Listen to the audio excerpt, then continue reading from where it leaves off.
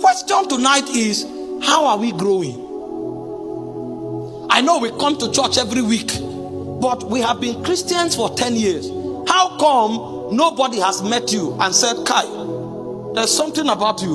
Who are you? How come when you came here, I began to feel God? How come when you spoke, I began to sense God? Why are we still so normal? Why are we still so natural? Why is it that we are increasing in number, but the environment is not feeling the weight? Our priority is that there's a church in every street. Our priority is that a whole state is a Christian state. But the question is, when you enter that state, the soul of the state reveals the soul of a serpent. Because you find people who, because of money, can slaughter. And when they are arrested, you hear that his name is Nathaniel. When did a Nathaniel become a kidnapper? When did a Nathaniel become so callous that they can kill people for 10,000 naira? The question is, where was he baptized? What happened to this Nathaniel? Once upon a time, he accepted Jesus and came for an altar call. Once upon a time, he submitted to Jesus and went to a church and was baptized. How come a man who identifies with Jesus so much as to bear a Christian name is now found among armed robbers?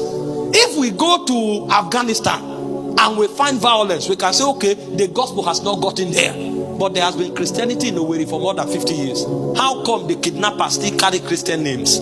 How come do the fornicators, the adulterers, if it's 8 p.m., you better not go close to regions where there are hotels, because you will find ladies of different skin color. And if you are bold enough to ask them, what is your name?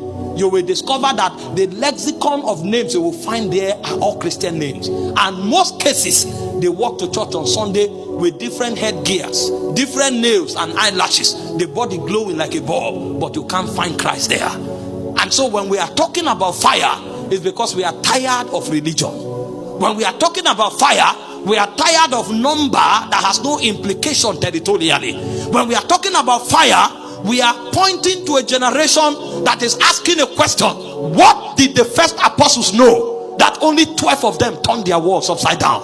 When we are talking about fire, we are asking questions that what did men like Paul and Barnabas know that 2 of them can enter a city and in less than 2 weeks the whole city is shaking, and they said 2 strangers came here. What was on their lives? That's the question we want to answer in this conference, that when I walk out of this door, may I not be part of the multitude.